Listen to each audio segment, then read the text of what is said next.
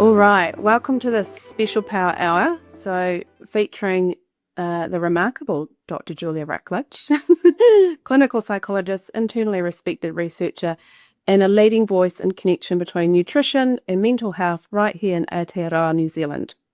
So I first came across Julia's work during COVID, when many of us were seeking new ways to support our mental and emotional well-being. And her research landed deeply for me, and I quickly did her free online course during that time, and I shared it very widely. Since then, I've completed the Hardy's clinical training. Just letting someone in. Since then, I've completed the Hardy's clinical training, opened a wholesale account for Hardy's Daily Essential Nutrients, and become actively involved in advocating for better access to these life-changing micronutrients. When Julia called on the public several months ago to speak up, I responded.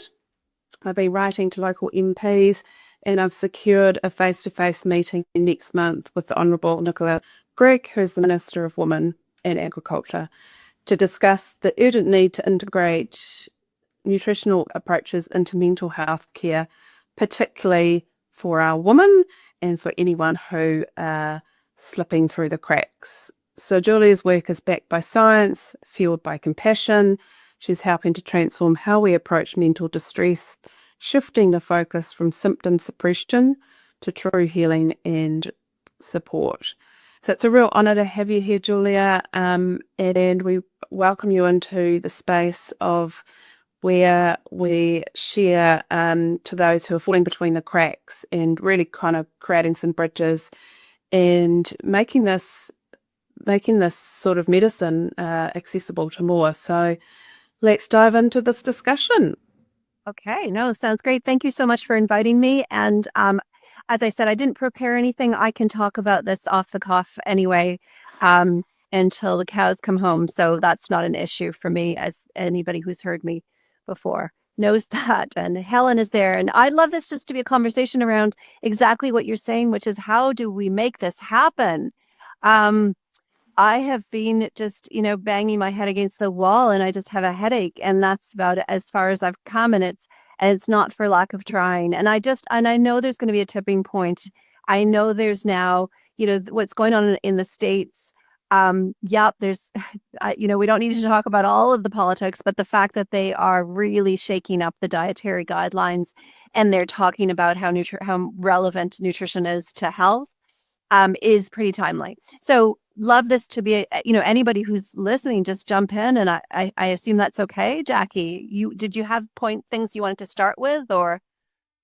I guess for some people, Hardy's Daily Essential Nutrients is going to be new to them. So maybe a little bit of speed dating around and about how much it actually supports.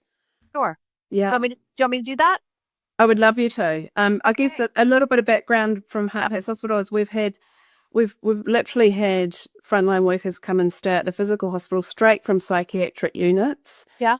After eating appalling nutrition and being inundated with that psychotic medication.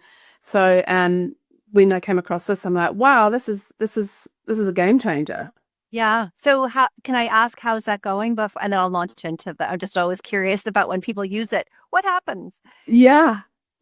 Oh, see, so we've just got a couple of people that through our visitors and seeing them actually starting to go from spirals into vortexes and starting to evolve and slip out, move from survival and starting to get into thrival. Good. Okay. Yeah. Good to hear. I mean, it can be a slow journey, especially if you've been a victim. I don't know if that's perhaps too strong a word, of the psychiatric treatment and not offered any other choice. So that is a challenge, and it is a rocky road. So anybody who is doing that, I just give you the confidence to keep going, because it can be hard, especially withdrawal, and the tapering isn't always smooth. So but it has been done by thousands of people ahead of anybody who's doing that, and so there is a light at the end of the tunnel. And so having you doing that is just awesome. So just for those of you who don't know, Hardy Nutritionals, I'll start out by just saying I don't work for the company. I don't make any money out of the sale of the product, and I also don't get any funding from them. So this is a purely like a scientist perspective of I just got interested. That's the bottom line. And the reason I got interested was or heard about this particular avenue approach in psychology and psychiatry was simply, just the matter of being in the right place at the right time. And so when I was doing my PhD at the University of Calgary in Alberta, which is where the products are come from, or at least they make them in the States because Canada won't let them make them in Canada. That's basically why. So Canada has similar craziness when it comes to legislation. But when I was doing my PhD at the University of Calgary, Bonnie Kaplan, who I co-wrote The Better Brain with, but who is my PhD supervisor, she was approached by the original families, which is David Hardy, who's of Hardy Nutritionals, and then Tony Steffen, and they were just two regular people without knowledge of mental health problems who had discovered that giving their own families vitamins and minerals, not at that point in a pill form like this, but sort of an earlier version of this, that by giving them that, they got well and they stayed well and they came off their meds. And this was back in the 1990s. So this is 30 years ago when this all started. Started with Tony Steffen's daughter, Autumn, and moved on to other members of the family. And then it grew as part of their community. They live in a very, very small town called Raymond, which is probably no one's ever heard of it, but it's a small little town. I visited it once, and it's a tiny place. It's just outside of a place called Lethbridge, which is slightly larger. And then Lethbridge is about an hour south of Calgary. So they were approached by their friends, their family. Everyone started to hear about it through the grapevine. And so they started to give it away. And then they realized that they might be onto something. And so they decided to approach scientists, which is unusual for a company to do that. And so they originally called themselves True Hope because they felt they were giving people true hope, real hope, as opposed to the false hope that you get, what you can often get when you go into the public healthcare system. And they started to sell the product. So the original product was called Empower Plus, and so they started to approach scientists. Bonnie, like many scientists, just told them to go away and wasn't interested. But then she met Autumn and she heard about Autumn's story. Autumn wrote a book called A Promise of Hope. And she heard about her transition from psych meds to this, and just her journey through postpartum depression and the psychiatric care and the hospitalizations and the psychosis and all of these, these really terrible outcomes, not getting better and then getting really well on micronutrients. So she decided to study it. She started studying it in bipolar disorder, which it was originally developed for. And then So Bonnie did a small clinical trial, open label, meaning everyone knew what they were taking. They came in mostly on psych meds, and they got well, stayed well with reduction in meds and on the supplement. So she wrote that up. It got into the Journal of Clinical Psychiatry, and then all hell broke loose. She started a randomized controlled trial, and then Health Canada shut it down. So she was never able to do any research again. So and they shut it down not because it was dangerous, but because people were stopping their medications to go on the nutrients. I had moved away. I'd heard about this. I moved away, did a postdoc, and then I moved to New Zealand. And then Bonnie came and presented her preliminary findings and was really looking for researchers to get interested. And so some of she approached the psychiatrists at PsychMed. They did show interest. And in fact, one of the original psychiatrists she chatted with was Roger Mulder, and he has been on most of my papers ever since. So, he didn't, he wasn't the one who kind of got it off the ground. I was the one who got it off the ground, but at least he was very willing to support it. And you need psychiatrists willing to support this, and the research. I couldn't have done it without them. So, I heard her about her data. I saw her data presented, really intrigued, so much better than outcomes relative to our current treatments. And I thought, well, what do I have to lose? Why don't I study this? Because what we're doing right now isn't helping enough people.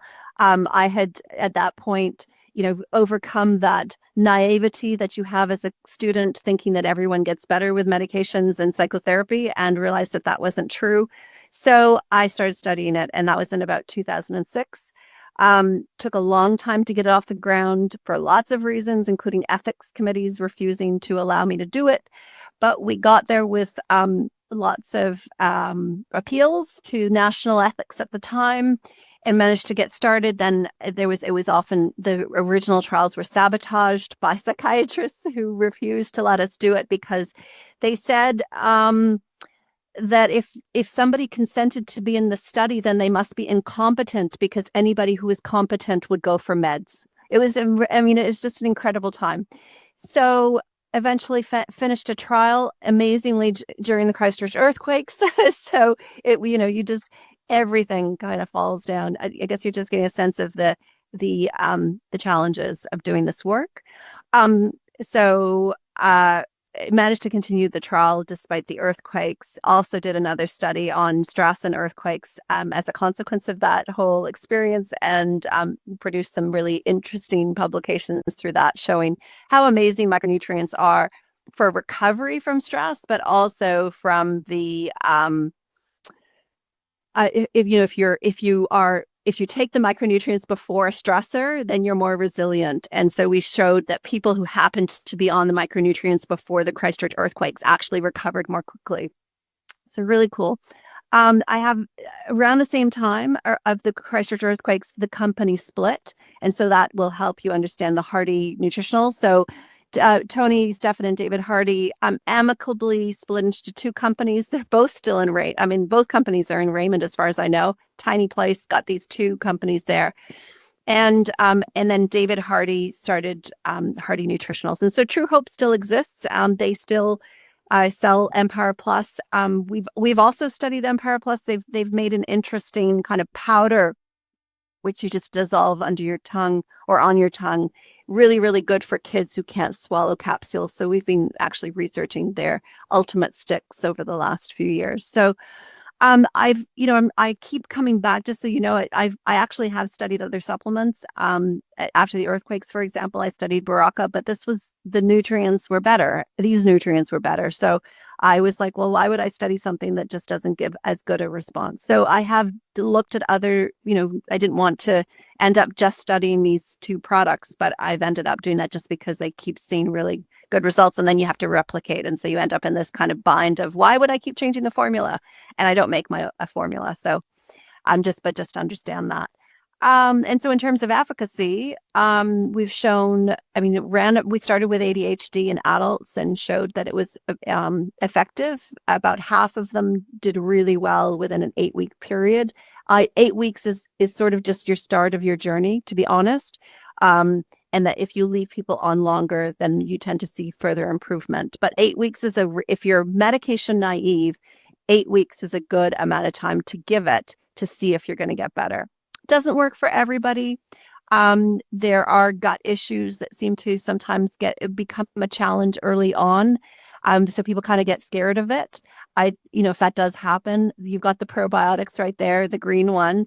It's actually really a good, we found it to be a really helpful addition if people end up telling us very early on that they're having gut issues. So it just seems to balance it out and help make for a smoother onboarding of the micronutrients. So what else? Do you want me to keep going on studies? Is that helpful to you, Jackie? Or questions at this point? Does anybody need to interrupt me? Otherwise, I can do a monologue. You haven't tried. No, that sounds great. And I know that we're getting a lot. It's a lot around them everywhere, is around ADHD, particularly in perimenopausal age. A lot of women are getting that diagnosis now. Really? And perimenopause, okay.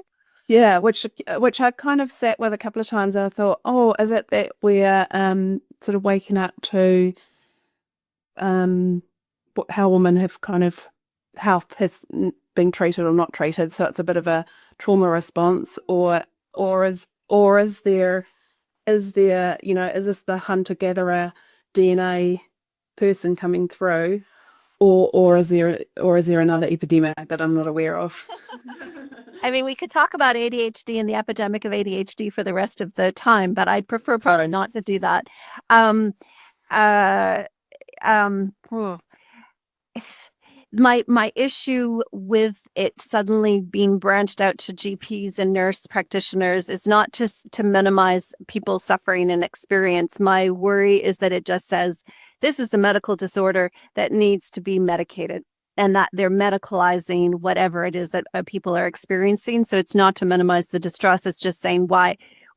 If you go through that route, my worry is that might happen. Now, I might be wrong, and maybe Helen can jump in and say that that's not how it's going to work, or and I'd be happy to be proven wrong. But that's my worry, is that people will get the diagnosis, and there's so many limited options out there, and medications are the only funded route at the moment, that's what's going to be offered. And we know that the medications are a band-aid only. They don't resolve nutrient deficiencies. They don't. They work for only as they're up and down in terms of how you experience the medication. I mean, they can be life-saving for people. So I'm not anti-meds. I just think that we have a bias towards the medicalizing of distress and of symptoms, and that's my kind of fear of what's ahead. And it would be wonderful if this was given an equal opportunity, particularly in adults, because the data on the medications in adults isn't amazing. And you've got cardiovascular risks that come as a consequence of that. So it would be nice if this wasn't an equal playing field, that it was like both could be offered. We've got enough evidence to prove efficacy. Pharmac have said it's a good second line form of treatment for ADHD. It's languishing with Pharmac because they're insisting that it become registered as a medicine. And what's happened there is that despite my pushing MedSafe to change how they register things as medicines and include GMP certificate as being an adequate certificate for compliance in terms of manufacturing, they have outright refused. And that all supplements are made in GMP facilities, not what's called IPIX GMP, which is a step above, which is where you would make pharmaceutical grade medicines. So they won't budge on that. And so the company at this stage are seeing that as being too unaffordable, and also that this market is just too small. So I don't fault them on that kind of current decision where they're at. It's a no-go for them at the stage to do that. And I also think that MedSafe need to back down. They need to kind of get in line with the 21st century and acknowledge that supplements have a role, but they are not currently doing that. So when you meet with Nicola Gregg, then that's the kind of thing where it's got to change. It has got to change. I don't know how to do it. I mean, it's not for lack of speaking to. I've met with Casey Costello and Andrew Hogarth, and I've had chats with David Seymour. I mean, they just all kind of bow to Ministry of Health as they just delegate, and they don't seem to challenge the status quo. At least that's my experience. That's why I felt it was important to put this opportunity out to empower people and create awareness. Because when you you can't unsee it, and so then we can start a ripple effect of. And I think now we're in a situation with our systems not holding us, that we actually do have to step up and be the grassroots and kind of make that get out. Yeah. Exactly, Jackie. And I think that's what's kind of has been missing, is that I feel like, it's not fair to say I'm the lone voice. Definitely not. There's a lot of other voices out there, and Helen has done her utmost to push in a different, different ways. And so we've all been trying to do it and just really getting nowhere. So, but there's got to be, I just have to have hope in the tipping point. And that when there's enough voices and enough people constantly going to them and saying, you got to do something about this. And the only thing that's stopping this from being reconsidered by Pharmac to be funded is this whole thing around how it gets licensed. And that's not about safety or efficacy. It's just about a rule. It's just a rule, and rules can be revisited. It's not a law. It's a rule. It's something that MedSafe have declared that to be the God way of how medicines come into the country. It doesn't have to be that way, and certainly there should be a reconsideration when it comes to supplements, that they just are not as dangerous as medications. They don't carry the same level of side effects.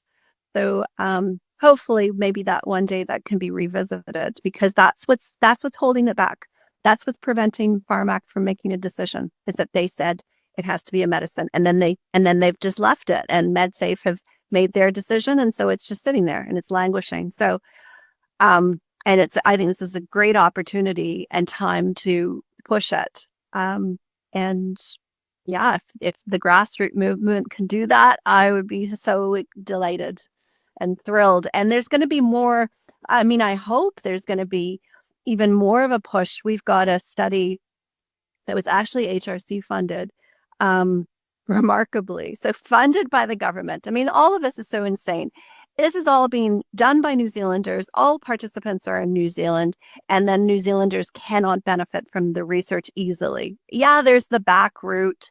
If you know somebody who knows someone, you can get the nutrients if you get the right letter. But GPs don't. If you just kind of go randomly, they won't either say it. And if you ask about it, they'll go, it's snake oil anyway, so don't waste your time with vitamins. So there'll be like all of this stuff. And then the whole thing about B6, which I don't know if you've heard about or heard I can't help but kind of go, really? Like, what is behind that? Because, one guy gets some peripheral neuropathy, which is a known side effect if you take too much B6. One person starts a class action suit. I mean, why don't they do that with psych meds? Like, what? I mean, and you could come up with a far worse side effect that isn't reversible. I mean, he claims it's slowly getting better, but it's still there. I don't know the full story, but just take a psych med and you could get thousands and thousands on a class action. So I just can't understand why that's happened, and the timing of it as well. I'm afraid I get too cynical on these things now, to think that this isn't just coincidence, that supplements are starting to perhaps be recognized as potentially therapeutic. And so let's figure out a way of tumbling that one down again, because I've seen this before, which is where supplements they're killing you. I mean, the headlines on this one was what was it? There was like the stuff one was, let me see if I can find it quickly. I think I can. Was it toxic? I was just going to say, Julia, the side effect of some of the psychiatric medications is an early death by up to 15 years. Yeah. So. Yeah, exactly. But yet they picked on, supplements for this, and yet again, and so then I get contacted about, is Den gonna cause this? And I'm like, well, we've looked, we haven't heard this. Have you had any experience of this, Helen, of people reporting that? The one in stuff was migraines, nerve damage. The Australians poisoned by over-the-counter vitamins. There you go. Poisoned. Gosh. Why can't we get that poisoned? How about poisoned by meds? Psych meds? No, we don't ever do that. So it's just this, it's the whack-a-mole. You can't fix it. So anyway, I divert. I feel like I've diverted. I know another thing I love, Julie, about the Hardy products is that you've studied and they're safe in pregnancy. So I'm loving that women are being able to be supported through Yeah, whether they are born the hunters and gatherers and exactly. to survive in this world. So I'm loving that, and then I'm also loving the support that it has. I think it's about 5% of women have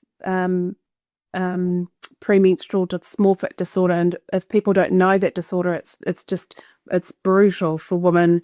They actually feel suicidal every month before their period, and I've seen it myself in my practice as a nurse, and it's just horrific. So it's able to support that. Polycystic ovaries, their products are able to support that, and this is the sort of work Julia's worked on, and like she said, here in New Zealand with New Zealanders.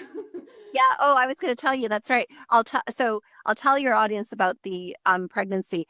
So yes, it was to treat depression, which was very effective, as effective as our placebo when it comes to just the reduction of depression.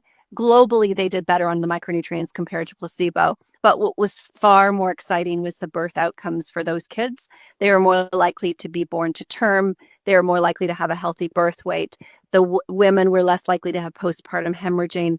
The babies were less likely to be resuscitated. And we had a comparison group of women who took antidepressants during the pregnancy. So, we've documented all this. It's been published. It was a nightmare to publish. There was so much resistance to it, but we got it out there. And there's actually a commentary that's being accepted for publication in the New Zealand Medical Journal on all of these data, and the call for the Royal College of Psychiatrists and obstetricians and gynecologists to put this into their guidelines. So that isn't out yet, but it has been accepted. There is some movement here in Christchurch of some people who have seen me present on this work on the pregnancy stuff, and they're keen to try to get it into the pathways.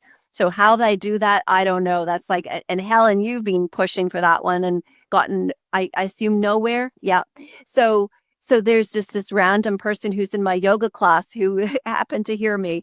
And then she's like, oh, you're the one. Oh my God, I love your work. And let me see.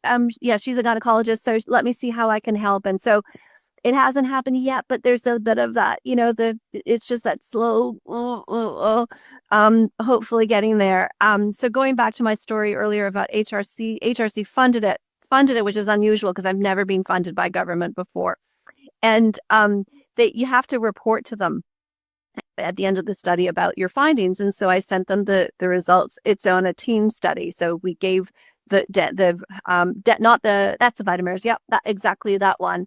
To teenagers who came in and presented with temper dysregulation and irritability. So really, really emotionally dysregulated kids, and very volatile and difficult to parent. And so we did an RCT, randomized to placebo or the micronutrients. And I can just in this group, I can share how it went. The effect on the kids who were in the trial, there was 132 kids, was what we call a small to medium effect between the placebo and the micronutrients. And part of that was driven that we had a really big placebo effect. But when we look specifically at the kids who would meet something kind of like the premenstrual dysphoric disorder, it's called DMDD, which is disruptive mood dysregulation disorder. And it's the most severe kids. When we looked at that subgroup, the effects were stunningly larger on micronutrients compared to placebo. So really, really exciting, because that's a very, very hard to treat group of kids. So HRC, they got the report. Oh, the other thing was that the teen suicidal ideation decreased significantly more on the micronutrients compared to placebo, which is incredible finding, because that tends to increase on antidepressants. So that's a wonderful effect. Didn't know we would see that, but we did. That was that's actually the biggest finding of the whole study. Not that everyone was suicidal, but still, the teen reported suicidal ideation went down more on micronutrients. So HRC sees this and goes, oh, wow, this is a really great study. She contacts me. She said, can I just let the ministers know about these findings, like Matt Ducey, and just tell them about these results that were funded by the government, because this was really exciting. And she had no idea about the whole controversy over this for the last year. And she's like, I'd like to do a press release about this and everything. So I was like, well, actually, can we please, can I just publish it first? I prefer to have it published before we go public on this. But can I also tell you what some of I'm just going to pre-warn you a little bit. And I gave her all the story in the background. It's nonsense that's been going on. Anyway, she's still keen to do it. It's actually, fingers crossed, I've got it under revision with JCAP, which is Journal of American Academy of Child and Adolescent Psychiatry, which is the top psychiatry journal in the world for children.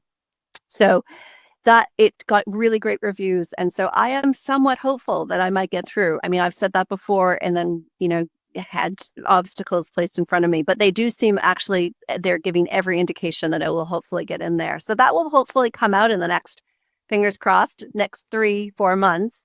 And then she's promised she's going to go to the ministers and tell them about it. So, there's all these different things that are happening. And at some point they've kind of got to say, we have to solve this. We've got to solve the impasse. We've got to solve the impasse that's preventing New Zealanders from getting access to it.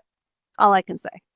I just want to applaud you, Julia. Like Rome wasn't built in a day, but we're laying bricks, and that's what I'm saying. Like when you're sharing this, all these bricks are being laid, and it's got to be. It's eventually Rome's got to be built, and that's why I feel it's so important that we raise the awareness on this, and the ripple effect of that is it's got to contribute to it. And I mean, I've got this desire that, there's people out there who have got a lot of money who want to support what's happening with the epidemic of mental decline, and then see people like Helen, myself, yourself, and actually, we come together with our expertise and actually problem solve this and elevate the solution. I just wonder if you could share with us, like, if someone doesn't have like a label, and they was to take micronutrients, how would that show up for them? Sure. I mean, I'm not a big label person anymore. I mean, that's the background of a clinical psychologist, is that we just love to diagnose. And you get really excited about figuring it out and going, okay, this person has got like schizophrenia without whatever. I mean, and there's a multiple myriad different ways that you can diagnose people. So lots of puzzles to solve. But then in the end of the day, just everyone gets given the same thing. You kind of think, what was the effort for if everyone just generally gets antidepressant, antipsychotic, or stimulant, anxiolytics as well. So we don't have a big array of things. And so we just end up treating everyone very similarly. I mean, that's not entirely fair. I mean, there are, some differences there, but it's not as magical as it looks. It's not like clear demarcations, and people move from diagnosis to diagnosis back and forth. And some of them are exclusionary, and they're just definitions. So, for example, the DMDD that we studied, somebody who has ODD, oppositional defiant disorder, and DMDD can only be diagnosed with DMDD. So that's just an exclusionary thing. It doesn't actually make sense. I mean, the same thing happened with ADHD and ASD, autism spectrum disorder. And now they can be combined, and both people can have both. But historically, you couldn't. So, and why does that happen? It's committee. It's a committee that makes some of those decisions. So, sometimes backed by science saying that doesn't make any sense to have these exclusionary criteria.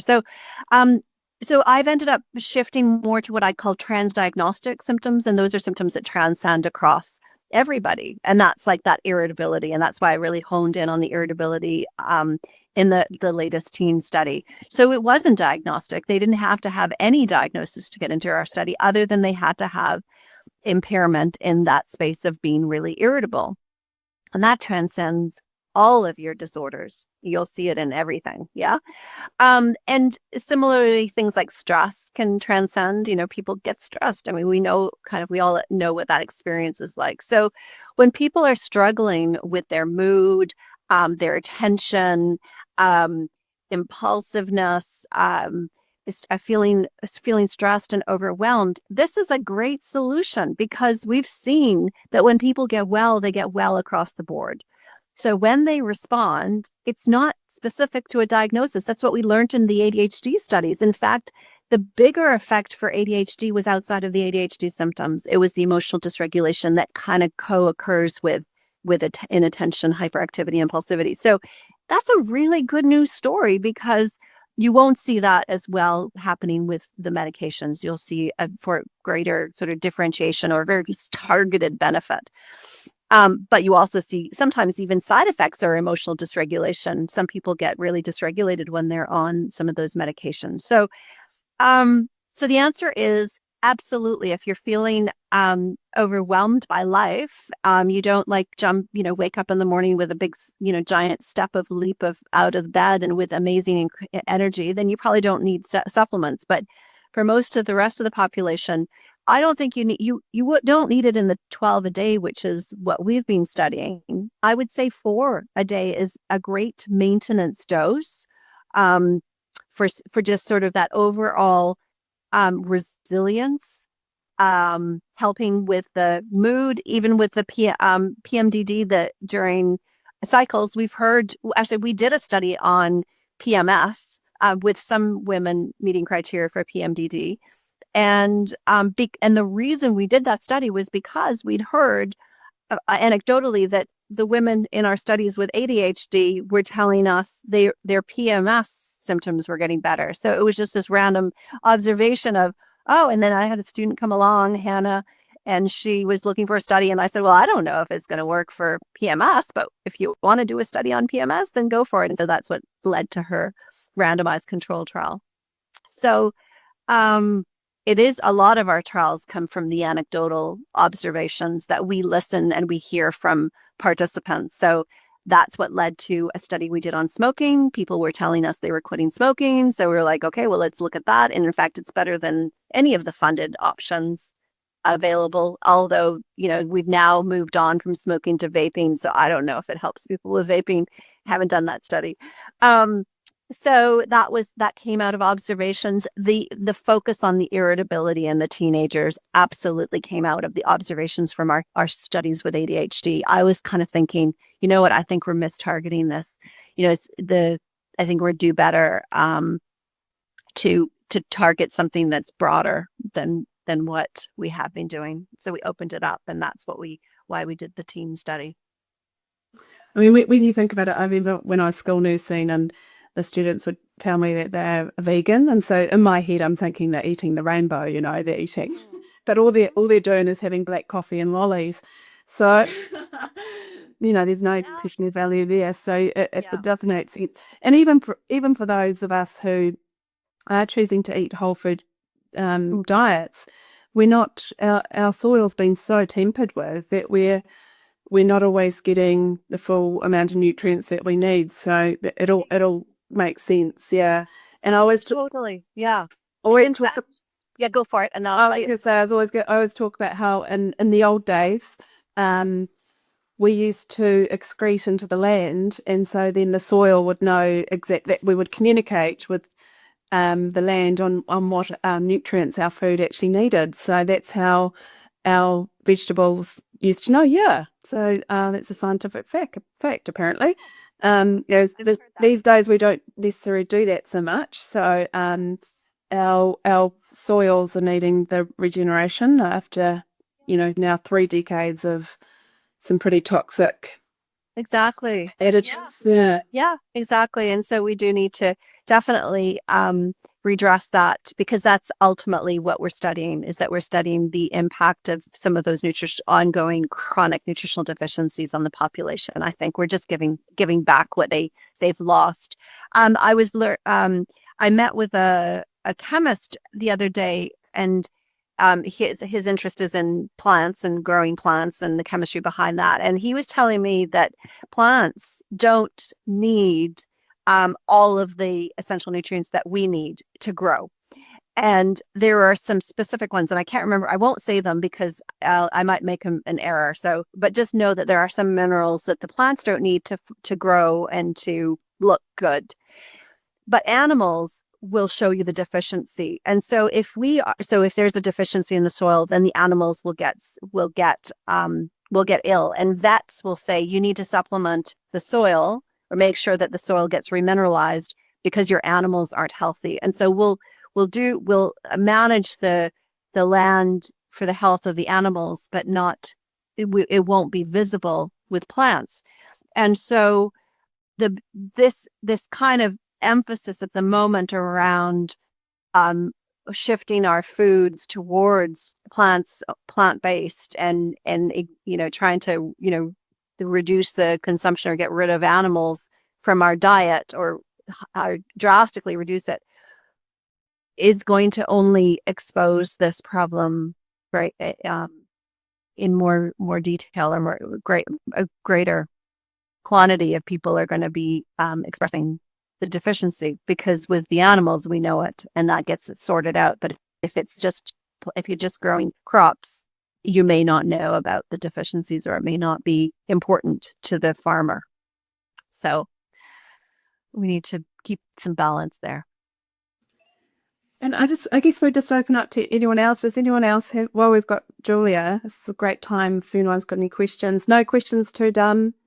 But it's a great time if anyone's got anything. Well, we've got Julia's attention and her expertise, this medical maverick right in front of us.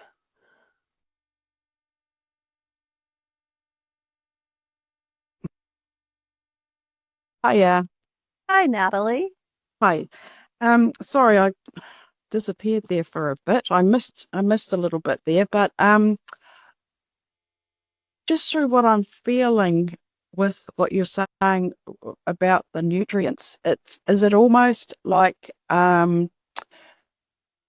it's something that if you take it sort of meets you where you're at.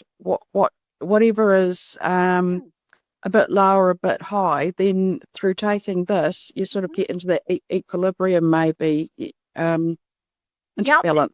Yeah, exactly. That's what we think happens, is that it's because it's a broad spectrum approach. It's not like trying to figure out what your specific deficiencies are. And overall, I think that our focus on looking for specific deficiencies is probably misguided. For a number of reasons. One of them is that you can't always detect deficiencies based on a blood test. For some nutrients, you can; for some nutrients, for others, you can't. But also, even if you look normal, it's not necessarily normal for your stage of life. And so when we're pregnant, we need more nutrients, or if we're going through the teenage years, we need more nutrients, or as we age, we need more nutrients. If you're really stressed, you're going to deplete your nutrients. So you might still look normal, but that doesn't necessarily mean it's optimal for your health. So the approach here is just like, it's like an insurance policy. Let's just make sure we cover all the bases and take it from there. And that, to me, has always made sense as a way forward. Yeah, Definitely, it makes sense. And look at the world we live in, there, like you say, with the soil and what we're eating, everything seems very compromised. exactly. And I'm not here to supplement the world. And I always say food first. I'm really clear on that. If we could address the health of the soil, then that would be an incredible outcome of this research, is saying, look what happens when you give people extra nutrients. They seem to excel. So how about we solve why that's happening for us, and really closely look at our agricultural practices and just change the fiscal levers.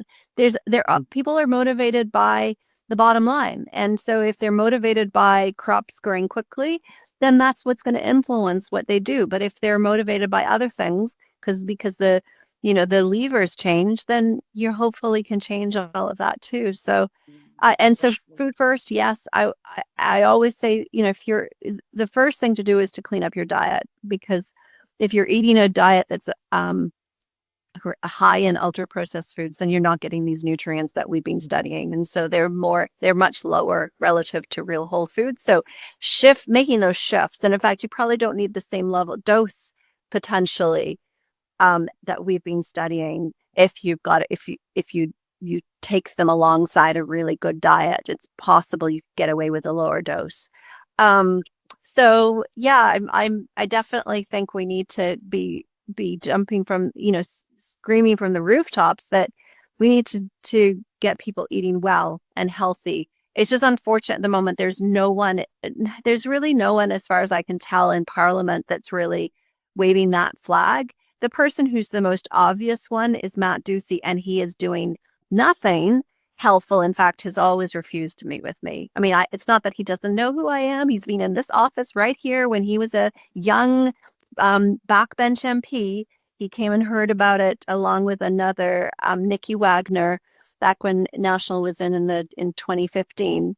But it didn't kind of sit. Obviously, he got into different ideas of how to resolve the mental health crisis by putting more ambulances at the bottom of the cliff at the moment. Mm. Yeah. Unfortunate, but it's not that I haven't heckled him as well in the last year at conferences. I've heckled too. I've heckled Tom. What did you say, Jackie? Oh, I invited an audience with him. He hasn't accepted yet, but yeah, we'll start with Nicola. Yeah, and I just I'm really repeating myself, but it's us that are going to have to do the legwork. And when there's a big group of us that are in our best form, are well, then that's so much easier to build the revolution, right? So yeah, if we're just suppressing everyone with pharmaceuticals that like you say are band-aiding and in some cases causing more harm than good, then that's a good way to keep us all quiet and in the status quo. So Yeah, just saying. exactly. Yeah, like medical maverick here. Like I just think it's really important, and like you've said, Julia, this is one of many things that we can do to support our well-being, and that's exactly what we are offering here at Heart Place Hospital. Is like, hey, if this doesn't resonate, then we've got other solutions too. So and we've got experts behind that. But I couldn't not bring you on, Julia, and really just start really amplifying the amazing work you've done here in New Zealand, and then amplify the roadblocks that we're all experiencing, and potentially what we could do. Yeah. Exactly. I mean, there's some things, there's some hope. One can hope. I'll say it today, hopeful, and tomorrow I might be like in despair. But today the medical classification committee is meeting, and I put 2 submissions in. One to get lithium allowed to be a supplement under 5 milligrams, and the second one was to allow vitamin D to be a supplement under 3,000 IUs. So they have to consider it, and they have to say no if they choose to. So they have to have a reason, I hope, if they do say no, because that's one of the reasons why DEN with the lithium isn't easily accessible in New Zealand. So if that happened, then DEN could be sold similarly to how DEN-V is being sold. The reason I did the vitamin D is it's just so ridiculous that there's a cap on vitamin D. And the lithium thing if that goes through, that benefits every supplement, the entire industry. It's not just this. Everybody then can start having a little bit of lithium, which is an essential nutrient, to be in the supplement. The vitamin D, it's insane that it's capped at 1,000 when all the research says 3,000 is a far more reasonable number. So we'll see. We'll see what happens, but I can only try. And so they have to say no, and they have to give a reason why they say no. And they might say yes, because, with the Pharmac thing, I totally thought they'd say no.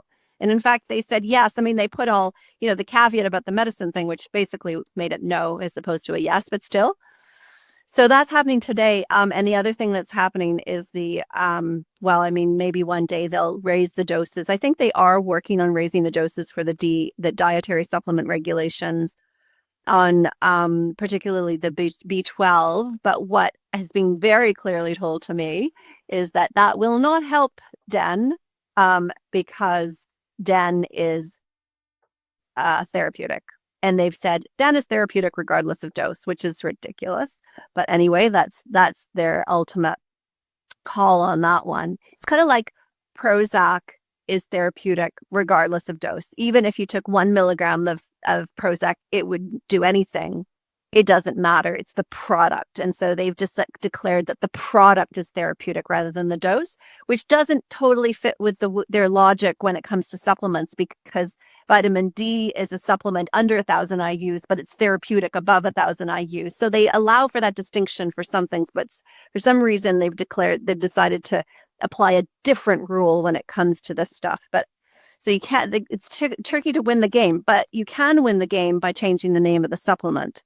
Like I assume, and just not have any kind of advertising. Then everybody knows what it is. I mean, it will be, again, this stupidity of the underground network of chat, right?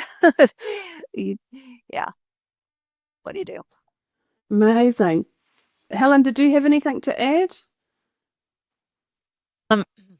I've got so much to add. But we'd be here for another hour. There were a few things right early on, Julie. You were talking about how nurse practitioners and GPs can now prescribe for ADHD medications. And I mean, it is the same for any mental health issue. It's often medication first, and it's very rarely lifestyle medicine, diet, psychological talk therapy support. So it's another issue that will just have compounded, I think, and that people will come in for their ADHD, which obviously exists, but there may be less support out for people to actually work on what might be contributing to their ADHD symptoms. Exactly.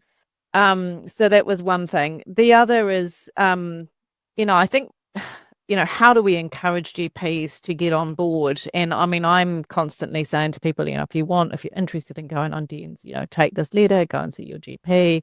This is how you go about it. Yeah. And I think you're speaking, aren't you, at the GP conference next year? I am. Yeah. So that will be amazing. I'll be there. I'll make sure I'm at that one. And getting that on board as well. And the other thing I'm curious about your thoughts on is, for those people who can't be bothered going through the whole, getting a letter, going to see your GP to try the DENS, do you have, and you may not be able to mention it, but I mean, I often suggest that people just go on a very good quality, high dose micronutrient supplement if they can't be bothered going through the whole DEN thing. I seem to see a reasonably good response with that. But of course, there's no research being done necessarily on that particular supplement. Yeah. And there are many other supplements that might be maybe not as good, but may do the job for people if they don't have significant, serious mental health issues. Yeah. I mean, I've always heard really positive things of, say, for example, B Pure's supplement. So that would be a good quality one that you don't have to go through the logistical nightmare. So I agree with you that you have, there must be some other things out there. I haven't studied it, so I don't have that same kind of confidence. I've heard anecdotally that people like this, but all I can say is, well, that's all I've heard, and I haven't done a direct comparison, so I'm not sure. The challenge is that for some people, they really do need the higher dose, and I certainly wouldn't be telling people to take more than what's on the label with those ones. I would say that with Dan because I know why it says 4 a day, and it's entirely about getting around the legislation. But you can't say that with some of the other supplements about how they're being formulated. So but yeah, no, that is a way around. But when it comes down to, if the magical if the DSR gets changed and those numbers go up, and if my application today is miracle is accepted, you'll hear about it. I'll be out there on Facebook telling everybody. I've been pretty silent at the moment because I just kind of feel like I've had nothing new to say, just kind of same old. Then that would allow for another product that we have studied before, that is called Optimal Balance. It's another Hardy product. It doesn't have the therapeutic name to it, but it could potentially then be sold. Eric sold it for a while, but because it breached too many of the DSR regulations, and particularly vitamin D. You could only have, it's got more vitamin D in it for fewer pills. So there were too many breaches for him to do it. But if my miracle happens, then that could be another route, is that optimal balance could potentially just be sold as a regular supplement without any therapeutic claims. We've studied it with stress. We've studied it with, we used it in another one. Oh, we used it in a sleep study. It was really good. We used it after the mosque shooting, actually. That was the one we gave away, was optimal balance. So that could be another option. That's me just being hopeful though today. I'll be just in despair tomorrow. That's super interesting actually too, because there's a very high percentage of people in psychiatric units that have very low vitamin D levels. So it's nice to hear that that's actually being targeted. Well, that's what I thought, why not? I mean, what have I got to lose? As long as I can accept failure, but I'm pretty good at accepting failure. What will happen? What's the worst that's going to happen here? They'll say no. I'm used to that. Yeah. And when they say they know, they have to say why. Yeah. I always bring up the example of Kate Shepherd, who obviously got the world and New Zealand's first woman's vote. She presented to Parliament 3 times before she got a yes. So yeah, every no's closer to your yes, isn't it? So yeah, and just as we wind up, just to let you know, Julia, we're right behind you, shaking our pom poms. Thank you. And I'll be definitely looking out for that Facebook post. I'm feeling like if I don't get it, you might hear silence. I'm feeling alignment. I'm feeling alignment after I've spent time with you just now. So I'm going with the hope merchant. Yeah. So thanks everyone. Thank you everyone. Thank you Julia. Thanks everyone. Have a great day, and catch up with everyone soon. Bye now.